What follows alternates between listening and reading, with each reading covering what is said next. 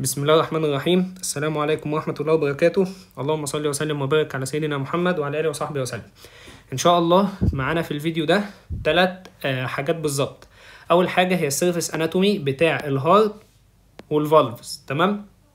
بعد كده عندنا الحتة أو الجزئية بتاعة الاسكالتاتوري اريا. الحاجة التالتة دي كانت سلايد في محاضرة من محاضرات الكلية، والدكتور قالت إن ممكن يجيب منها سؤال، ممكن يجي منها سؤال في الامتحان، فالحمد لله حطيتها يعني، وجبت صور كمان عليها والكونتنتس نقولها.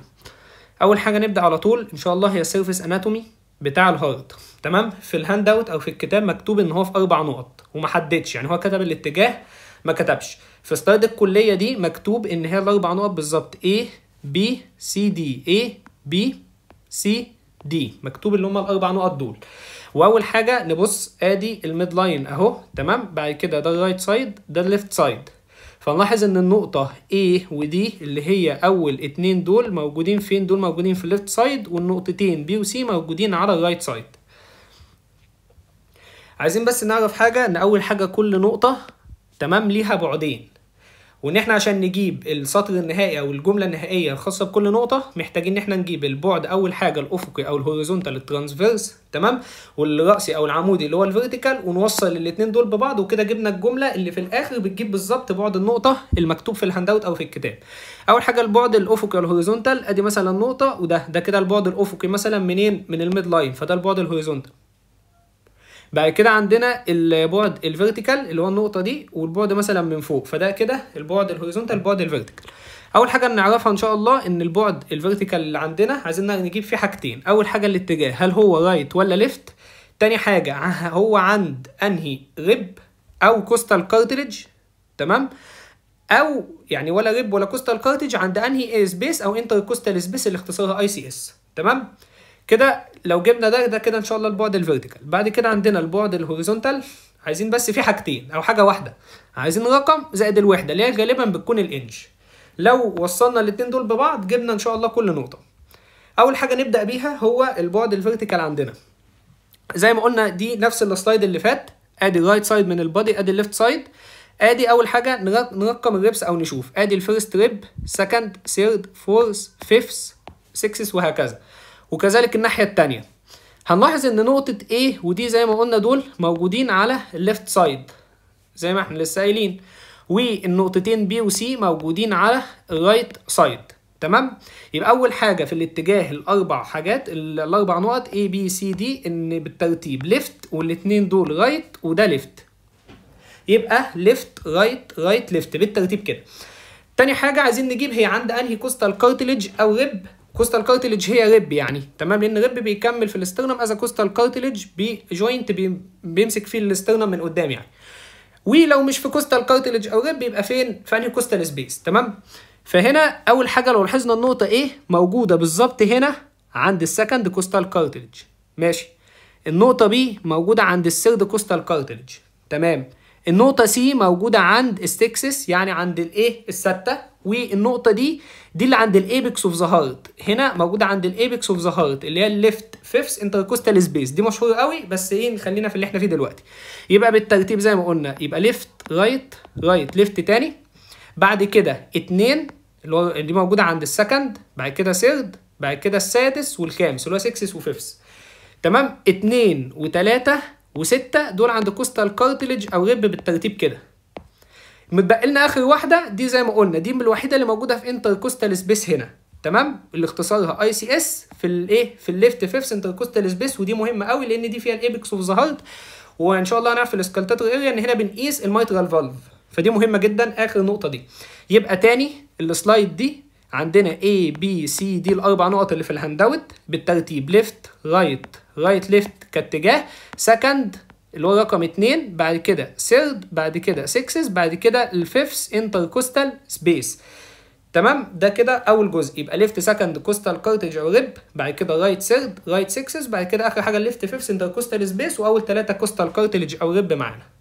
الجزء ان شاء الله اللي بعد كده اللي هو البعد الهوريزونتال، تمام؟ اللي احنا عايزين نعرف هو بعيد عن انهي جزء في الترانسفيرس لاين اللي هنا مثلا كده، وبعيد بوحده قد ايه، يعني رقم زائد وحده معينه. هنلاقي ان بالترتيب زي ما مكتوب في الهاند بالظبط A B C D نص انش نص انش، يبقى اول اتنين دول نص انش او هاف انش. تمام. بعد كده 1 3 يبقى اتنين، اول اتنين A و B نص، بعد كده 1 3 وده انش. تمام. منين؟ من السايد اوف ذا ستيرنم. هنا من السايد اوف ذا ستيرنم، كذلك دي من السايد اوف ذا ستيرنم، كذلك اللي بعدها من السايد اوف ذا ستيرنم برضه. تمام. يبقى بالارقام نص انش نص انش 1 3. اول 3 دول من السايد اوف ذا ستيرنم، اخر واحد اللي هو النقطه دي عند من الميد لاين، عند حته اسمها الميد كلافيكولار لاين، ودي مهمه ان شاء الله في جزئيه الاي سي جي بعد كده لما نيجي ناخدها ان شاء الله. عند الميد كلافيكولار لاين بتبقى النقطه اللي هي ايه دي، بس ده كالبعد الايه عند كبعد هوريزونتال. يبقى A B C D او الاربع نقط البعد الهوريزونتال بتاعها نص انش نص انش 1 انش 3 انش. هنا من السايد اوف ذا ستيرنم، دول منين؟ من الميد لاين عند الميد كلافيكولار لاين. خلاص كده الحمد لله جبنا البعد الفيرتيكال مع الهوريزونتال، فاضل بس ان احنا نجمع الاثنين مع بعض، وبالظبط هنجيب اللي مكتوب في الهاند اوت.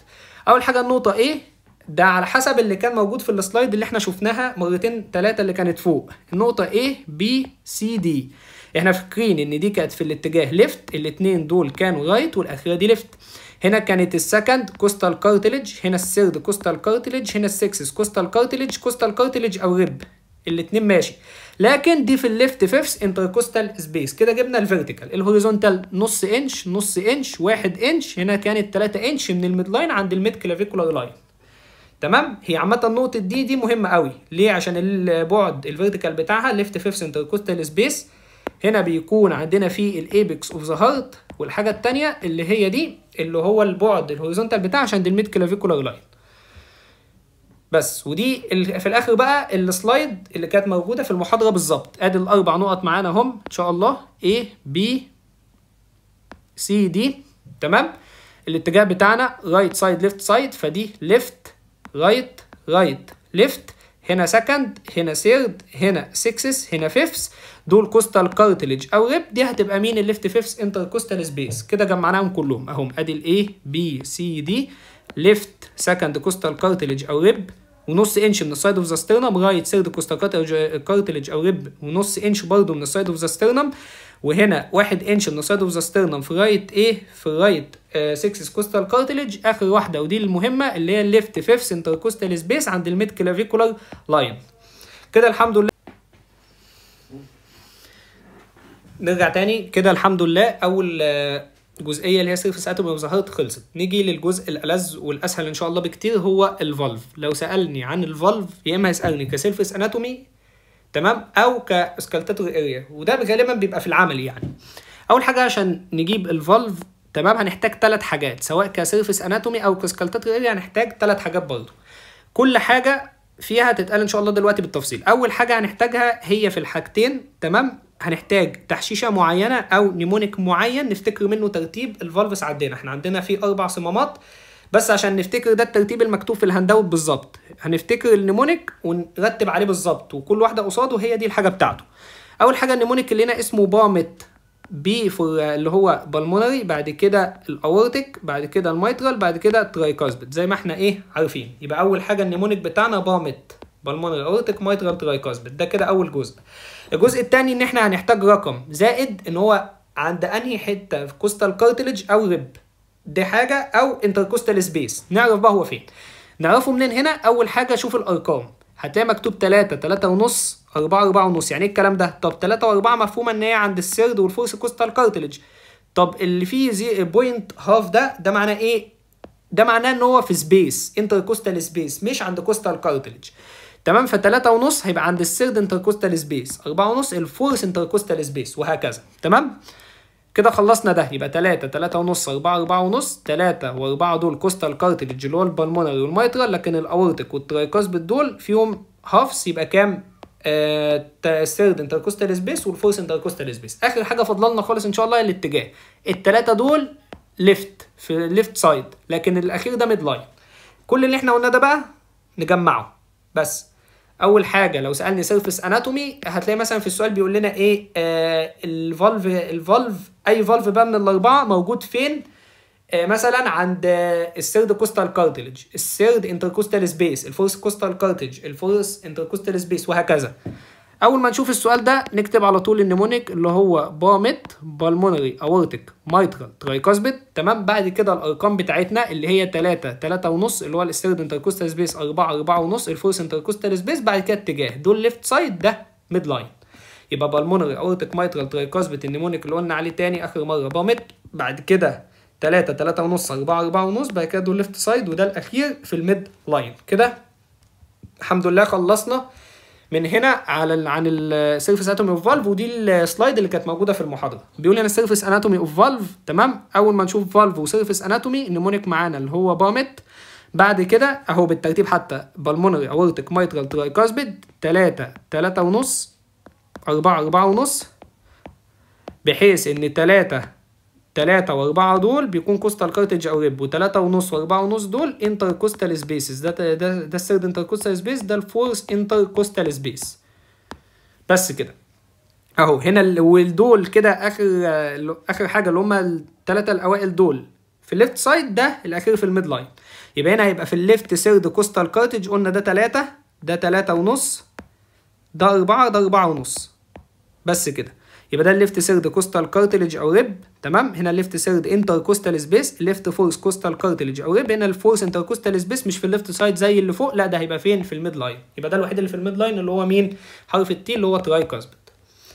كده الحمد لله خلصنا تاني جزء الا وهو الايه؟ السيرفيس اناتومي اوف فالف. تمام. الجزء اللي جاي ان شاء الله مش هيفرق كتير لانه برضه بيتكلم عن الفالف، الاسكالتاتوري اريا.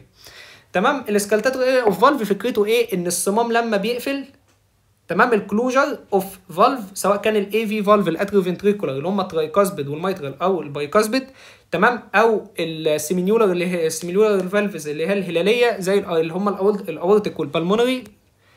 قفل الصمام ده خلال فيز 2 و6 من الكاردياك سايكل اللي هي الايزو فوليومتريك كونتراكشن وايزو فوليومتريك ريلاكسيشن، قفل الصمام بيعمل صوت. تمام.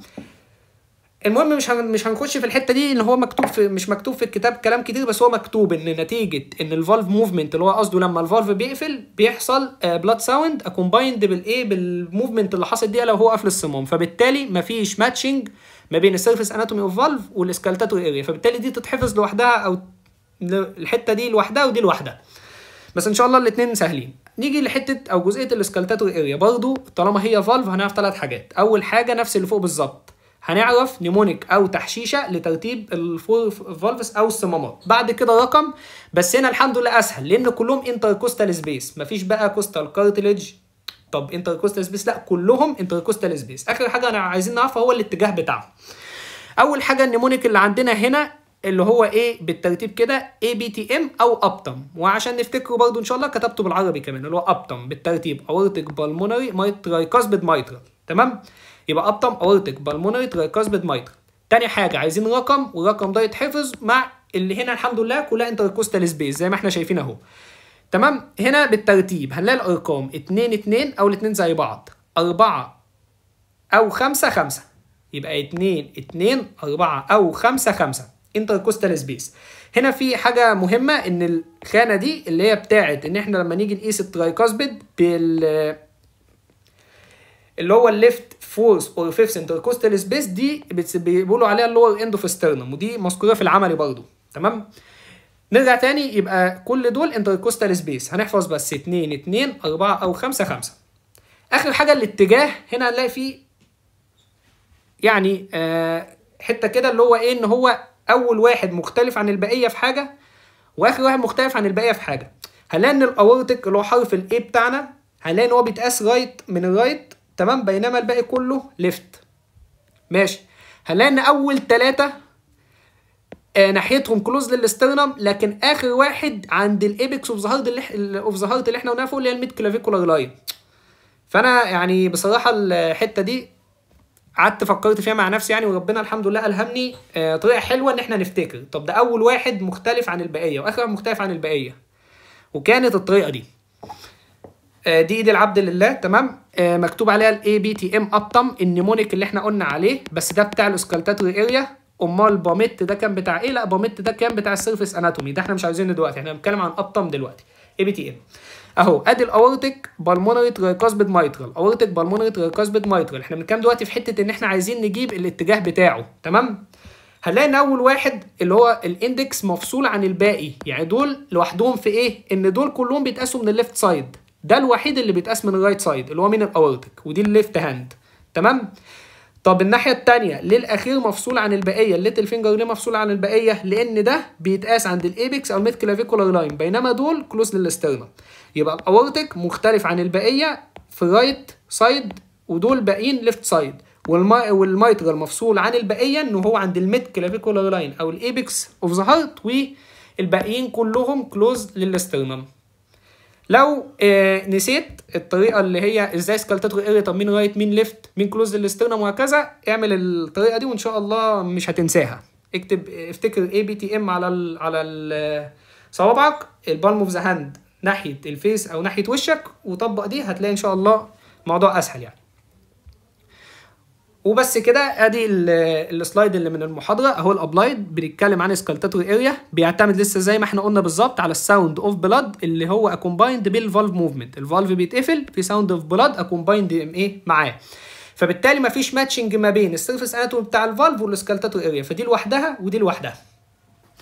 نرجع تاني، هو لو قال لي سكالتاتوري اريا على طول انا اللي يجي في دماغي نيمونيك، تمام، رقم والاتجاه. النيمونيك بتاعنا اللي هو كان اي بي تي ام ابطم ابورتك بالمونري ترايكاسبيد مايترال. بعد كده رقم كان كام؟ 2 2 4 او 5 5، وكلهم انتركوستال سبيسز.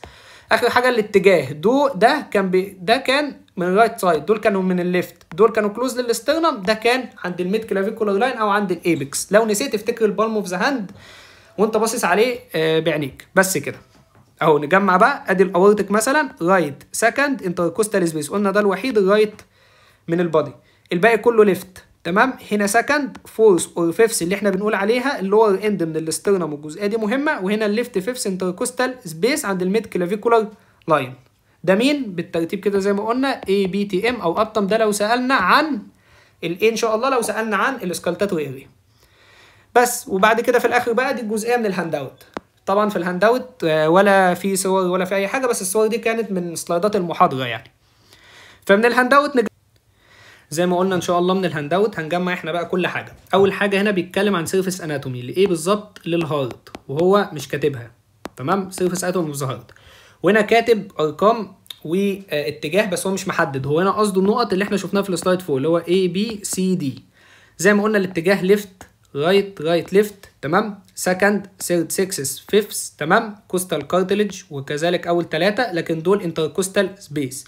بقى كده البعد الثاني الترانسفيرس اللي قلنا عليه او الهوريزونتال اللي هو نص انش نص انش 1 انش، دول من السايد اوف ذا سترنم، لكن ده كان عند الميد كلافيكولار لاين، تمام. اللي هو الايه 3 انش من الميد لاين اللي هو مين؟ الايبكس اوف ذا هارت. بعد كده عندنا سيرفيس اناتومي بتاع الفالف. احنا قلنا لو سالنا على فالف 3 حاجات على طول تيجي في دماغنا، بس هنا بيقول سيرفيس اناتومي بتاع الفالف. فاحنا عندنا ايه؟ هنشوف بقى النيمونيك. اول حاجه كان اللي هو بامت بالترتيب بالمونري اورتيك مايترال ترايكاسبيد. تاني حاجه الارقام عندنا كان 3 3 ونص، وقلنا اللي فيه نصاص ده بيبقى انتركوستال سبيس 4 4 ونص، تمام. واخر حاجه قلنا ان دول في الليفت سايد، لكن ده فين؟ ده في الميد لاين. دول ليفت سايد لكن ده ميد لاين. بس كده. ونجمع بقى على طول كل واحده في دول، وان شاء الله اي فالف يجي لنا عليه سؤال سيرفيس اتوم يتحل على طول. ادي اهو بالترتيب بامت البي اي ام تي البالمونر اورتيك مايترال ترايكاسبيد. اول 3 اهم من الليفت سايد، تمام. اخر واحد انتركوستال سبيس زي ما قلنا، دول سيرد كوستال كارتلج، تمام. سيرد كوستا انتركوستال سبيس اللي هو 3 3 ونص. بعد كده فورس كوستال كارتلج ريب، هنا الفورس انتركوستال سبيس قلنا 3 3 ونص 4 4 ونص، واللي فيه نصاص ده اللي هو مين؟ الانتركوستال سبيس، اللي هو هنا الثيرد انتركوستال سبيس، هنا الفورث انتركوستال سبيس. هنا بيقول ان الثلاثه دول من الليفت مارجن بتاعه الاسترنم، هنا مكتوب من الليفت هاف اوف الاسترنم، المهم ان هو بيهايند الليفت من الاسترنم عامه، لكن ده عند الميد لاين اهو. ده في الليفت سايد لكن ده في الميد لاين. كده الحمد لله خلصنا السيرفيس اناتومي بتاع الفالف. بعد كده السكالتاتوري اريا نفس الكلام اللي فوق، اللي هو ليه ما بيحصلش ماتشنج ما بين السكالتاتوري اريا والسيرفيس اناتومي بتاع الفالف. المهم لما هيجي يسالنا، ودي اغلبها عملي عن برضه مثلا سكالتاتوري اريا بتاع الفالف اي فالف فيهم. مثلا البلمونري بيتقاس مثلا فين بالظبط؟ طالما سأل عن فالف برضو ان شاء الله نفتكر 3 حاجات. اول حاجه النيمونيك بتاع الاسكالتاتور كان ابطم الاي بي تي ام اورتك بالمونري ترايكاسبيد مايترال. بعد كده عندنا الرقم كان 2 وكلهم كانوا انتركوستال سبيس، فاحنا مش هنتعب ان احنا نفتكر هل هي كوستال كارتليج انتركوستال سبيس، لا كلهم هنا انتركوستال سبيس. 2 4 او 5 5 ماشي. اخر حاجه عندنا لعبه الاتجاه اللي احنا قلنا ده مختلف عنهم، ان ده بيتقاس من الرايت سايد بينما البقيه دول من الليفت، وده مختلف عنهم ان ده موجود عند الميد كلافيكولار لاين بينما دول موجودين كلوز تو ذا ستيرنم. افتكر البالم اوف ذا هاند، الصابع الاندكس كان مكتوب عليه ايه وكان منفصل عن الباقي، وهنا الليتل فينجر كان مكتوب عليه ام ومنفصل عن الباقي، وان شاء الله تفتكر الجزئيه دي على طول. نشوف او نقرا اللي مكتوب بقى اهو، نفس ما قلنا الابطم اي بي تي ام زي ما قلنا النيمونيك ده مهم، ده بتاع الاسكالتاتور اريا، بينما بامت بتاع اللي فوق السيرفس اناتومي. تمام، قلنا ان ده مختلف ان ده رايت سايد بينما البقيه دول كلهم ليفت سايد. بعد كده كلهم انتركوستال سبيس. طب الارقام بتاعتنا بالترتيب 2 4 او 5، وقلنا ان بتاعت الترايكاسبيد دي بسميها اللور اند اوف ذا ستيرنم، الحته دي. تمام، اخر حاجه 5 ليفت فيفث. تمام، يبقى ده رايت دول ليفت، الارقام 2 4 او 5 5 كلهم ان شاء الله انتركوستال سبيس.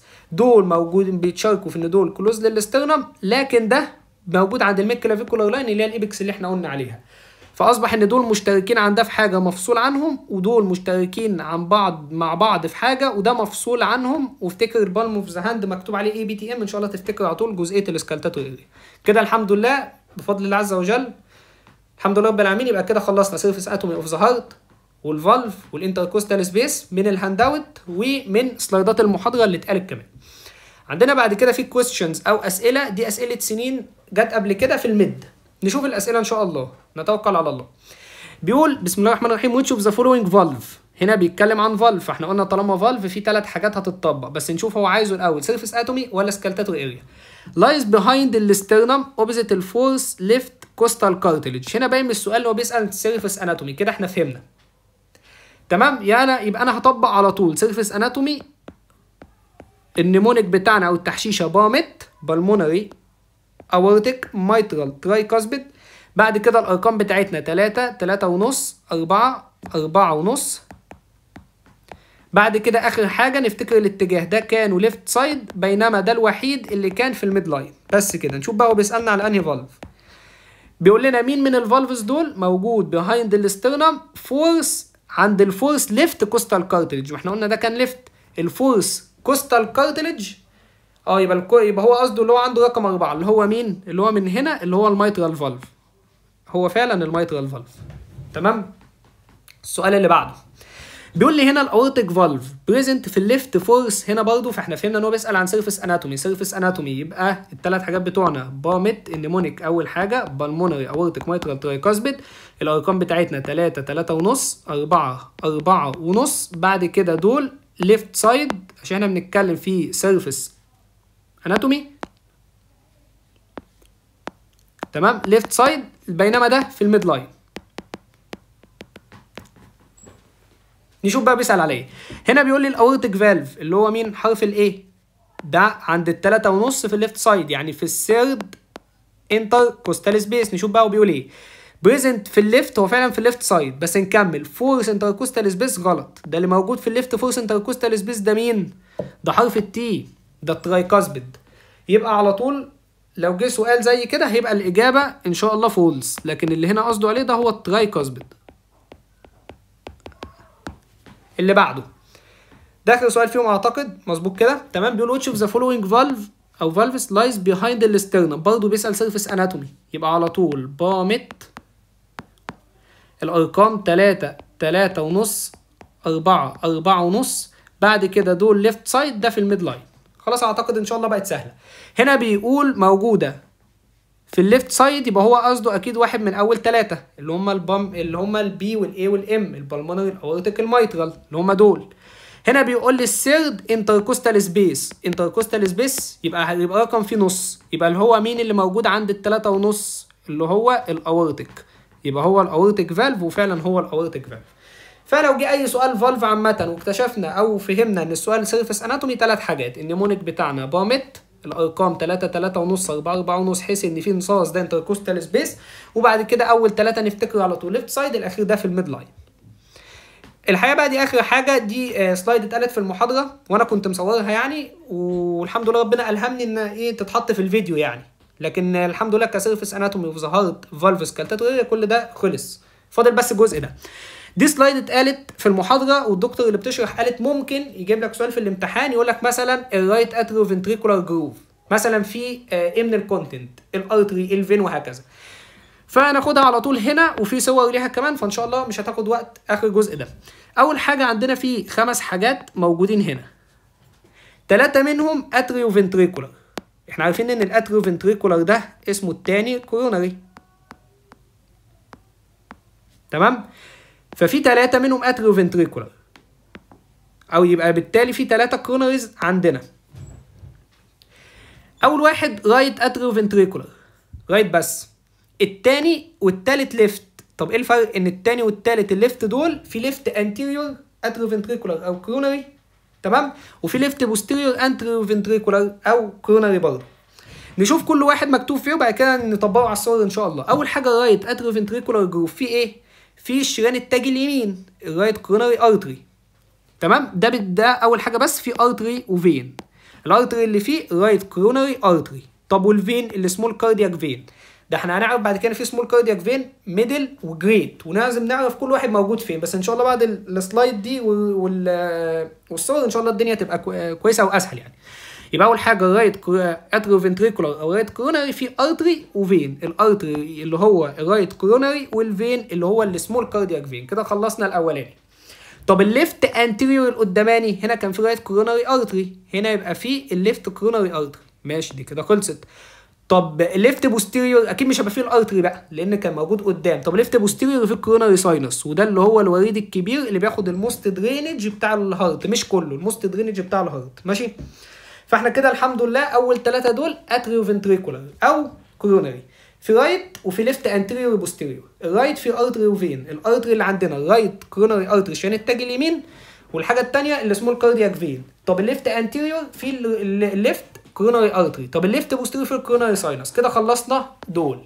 الحاجه الثانيه كده خلصنا دول. الحاجه الثانيه هو الانتر فنتريكولار، من اسمه انتر فنتريكولار بين الاثنين فنتريكل الرايت والليفت.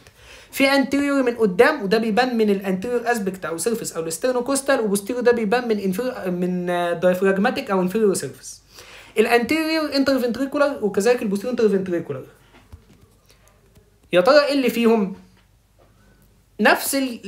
نفس الكلام، هنزود بس جنبيه كلمه ارتري. الانتيريور انتر فنتريكولار في انتيريور انتر فنتريكولار ارتري، البوستيريور انتر فنتريكولار في البوستيريور انتر فنتريكولار ارتري. كده خلصنا الارتري اللي موجود. فاضل الفين. كده خلصنا الاثنين ارتريز، فاضل الفين. عندنا انتيريور قدام وبوستيريور ورا. طب احنا عندنا في المتبقي جريت كاردياك فين وميدل كاردياك فين. الجريت او الكبير يقعد قدام او يبقى قدام، يبقى الانتيريور في الجريت كاردياك فين اللي هو ده. نمسح عشان الجزء ده ان شاء الله يكون باين اهو. كده احنا قلنا الانتيريور في الانتيريور انتر فنتريكولار والبوستيريور في البوستيريور انتر فنتريكولار ايه ارتري. فاضل الفين. الجريت كاردياك فين يقعد قدام يبقى انتيريور انتر فنتريكولار، والميدل يقعد ورا. طب السمول كاردياك كان فين؟ كان في الرايت كورونري او في الرايت اتريو فنتريكولار اللي احنا قلناه في الاول. تمام. ده طبعا كلام على سلايد، لازم الاحسن طبعا نشوف صور ليها. تمام. ان شاء الله في صوره لكل جروب فيهم. اول حاجه احنا باصين من انتيريور اسبكت او ستيرنوكوستال، اللي احنا شايفينه هنا ده هو ده الرايت،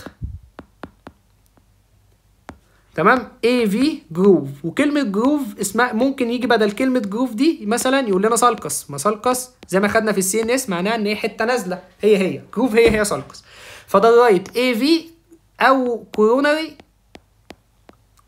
جروف. تمام. اهو ده شكله من هنا، ده شكله من صوره تانية اوضح. اهو ادي الاتريوم، رايت اتريوم، وادي رايت فنتريكل هنا، فاللي باين بينهم اهو الاتريو فنتريكولار جروف على الرايت سايد، يبقى ده الرايت اتريو فنتريكولار جروف او الرايت كوروناري جروف. تمام. هنقول كده سريعا الكونتنتس اللي كانت فيه. والله ده كان فيه ارتري وكان فيه فين. الارتري اللي كان فيه كان مين؟ اللي هو الرايت كوروناري. تمام. طب والفين اللي فيه كان السمول كاردياك فين. يبقى الارتري رايت كورونري، الليفت سمول كاردياك فين. تمام. الحاجه الثانيه عندنا اللي احنا قلنا ده برضو اللي هو الرايت كورونري او الاتريو فنتريكولار، هو ده نفس الكلام، في ارتري اللي هو الرايت كورونري وفي فين اللي هو مين السمول كاردياك فين. ده الليفت انتيريور بقى، يعني احنا كده خلصنا الرايت خلاص، عايزين نبص على الليفت. ده الليفت انتيريور اهو، ده الليفت كورونري او كورونري اسمها الثاني الاتريو فنتريكولار. تمام. ده الليفت انتيريور قلنا بيعدي فيه ايه؟ ما فيهوش غير كونتنت واحد بس، هو ارتري واحد اللي هو مين؟ اللي هو الليفت كورونري ارتري.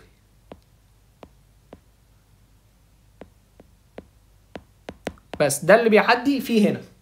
كده خلصنا الحمد لله رايت كورونري او اتريو فنتريكولار وليفت انتيريور. بعد كده عندنا ده ايه ده اول حاجه اللي داخل فيه الاربعه بالمونري فينز، ده الليفت اتريوم زي ما احنا شايفين. ماشي. في ظهره على طول خدنا في البريكارديوم في حاجه اسمها الاوبليك ساينس، دي مش موضوعنا دلوقتي. المهم ان الجروف اللي ورا ده بالظبط الليفت. تمام. بوستيريور، لان قلنا في انتيريور، فده الليفت بوستيريور اتريو فنتريكولار، اسمها التاني كوروناري جروف. تمام.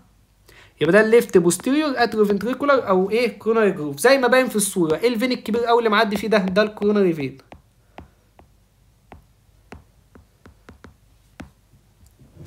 بس كده. يبقى ده تاني، ده الرايت كوروناري او اتريو فنتريكولار جروف اور سالكس، بيعدي فيه الارتري رايت كوروناري ارتري والفين السمول كاردياك فين. ده الليفت انتيريور بيعدي فيه بس هو ارتري واحد اللي هو الليفت كوروناري، وده الليفت بوستيريور بيعدي فيه الكوروناري ساينس زي ما هو باين. اخر حاجه عندنا الاثنين انتر فنتريكولار. تمام. في انتيريور باين من قدام زي ما احنا شايفين ده كده الانتيريور اسبكت او الاسترنوكوستال، اللي الرايت سايد بيكون واخد فيه تلتين والليفت سايد ما بيكونش باين قوي فبيكون واخد مثلا فيه التلت. بين الاثنين فنتريكل في اللي هو ده الانتيريور انتر فنتريكولار سالكس او جروف زي ما قلنا. تمام. ده بيعدي فيه ايه؟ بيعدي فيه ارتري نفس اسمه انتيريور انتر فنتريكولار ارتري. تمام. وبيعدي فيه فين اللي هو اسمه ايه؟ احنا قلنا فيه جريت وميدل، طب احنا اتلخبطنا، الجريت بيبقى قدام، فهنا بيعدي او بيبقى موجود الجريت كاردياك فين. او نفس الكلام احنا باصين من قدام، ده هنا كده ادي الرايت فنتريكل ادي الليفت فنتريكل، ده بياخد تلتين الفيو او المشهد، ده بياخد تلت، وهنا بينهم الانتيريور انتر فنتريكولار جروف بيعدي فيه على اسمه هو البوستيريور ارتري انتيريور انتر فنتريكولار ارتري. طب الفين في بتبقي، احنا قلنا السمول مع الرايت كورنر او رايت اتريو فنتريكولار، برضه متبقي الجريت كاردياك والميدل كاردياك. قلنا الجريت قدام يبقى الجريت كاردياك هنا موجود. اخر حاجه ده نفس الكلام، ادي الاربعه بالمونري فينز داخلين على الراي ليفت اتريوم. تمام.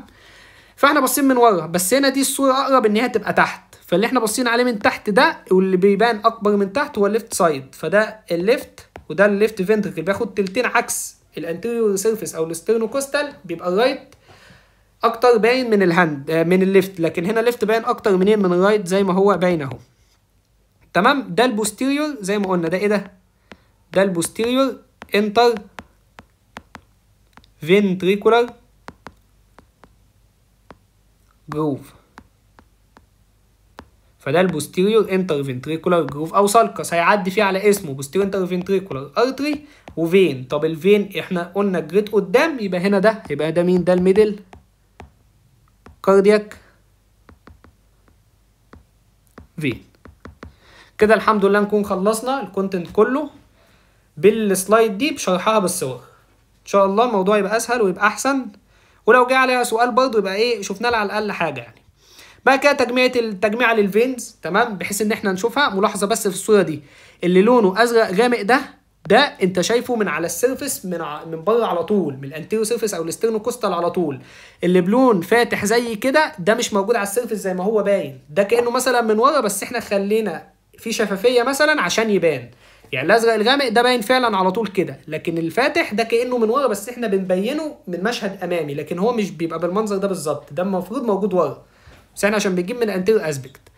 زي ما احنا شايفين نشوف الفينز اللي عندنا، دي الانتيريور كاردياك فين خدناها في الاوبننج بتاعه الرايت اتريوم، قلنا ان هي بتفتح فين؟ في الرايت اتريوم، واحده من الاوبننج السته اللي بتفتحوا فين؟ في الرايت اتريوم. ماشي. نسيبنا من دي دلوقتي. هنا اللي احنا شايفين فين كبير او ريد كبير معدي في الانتيريور انترفنتريكولار. قلنا انتيريور انترفنتريكولار الكبير فيه قدام اللي هو مين؟ الجريت كاردياك فين. قلنا ده في الانتيريور انترفنتريكولار جروف. بعد كده عندنا السمول كاردياك فين اهو الصغير ده فين صغير خالص بيعدي فين؟ بيعدي في الرايت اتريوفنتريكولار او رايت كورونر جروف. تمام. بعد كده عندنا اللي بالازرق الشفاف بقى ده او الازرق الفاتح ده معناه ان هو ورا. تمام. مش زي الايه اللي هم الجم اللي باينين من قدام. هنا الميدل كاردياك فين، هل ده موجود قدام كده؟ لا، ما احنا قلنا ده كانه موجود من ورا بس هو بيحاول يبينه في الصوره. الميدل كاردياك فين موجود فين؟ احنا قلنا الميدل الجريد كان قدام، فالميدل ده موجود فين؟ ده موجود في البوستيريور انتر فينتريكولار جروف، بينما ده كان في الانتيريور انتر فينتريكولار جروف. اللهم صل على النبي عليه الصلاه والسلام. ماشي. اخر حاجه عندنا خالص هي الكوروناري ساينس. قلنا ده كان باين قوي فين؟ لسه السلايد ما كملتش كام دقيقه اهو. ده باين هو لوحده موجود، هو الكونتنت الوحيد، وكان فوق الليفت اتريوم على طول. يبقى ده من ورا ده كان بالظبط اللي هو مين؟ الليفت بوستيريور كوروناري او اتريو فنتريكولار جروف. تمام. نرجع ليه تاني. ده منظره اهو. تمام. ده المين؟ ده الميدل كاردياك فين اهو موجود فين؟ ده كانه من ورا موجود فين؟ معلش احنا الميدل ايه؟ الكوروناري ساينس ده موجود فين؟ موجود في الليفت بوستيريور انتر فنتريكولار جروف. معلش موجود في الليفت بوستيريور كوروناري جروف او الليفت بوستيريور اتريو فنتريكولار. ده كان الكوروناري ساينس. كده الحمد لله شفنا الجريت كاردياك فين، الميدل كاردياك فين، السمول كاردياك فين. وانا بتكلم في الكوروناري ساينس دي اتلخبطت شويه، بس الكوروناري ساينس موجوده في الليفت بوستيريور. كده الحمد لله رب العالمين تم بحمد الله عز وجل.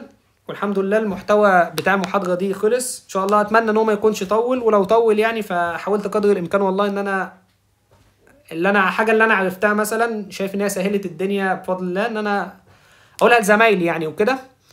الحمد لله كده سيرفيس اتوم اوف ذا هارت فالف سكالتاتوري اريا اتقالت. تمام بقى، وزائد السلايد اللي اتقالت في المحاضره وممكن يجي لنا عليها سؤال في الامتحان والله اعلم.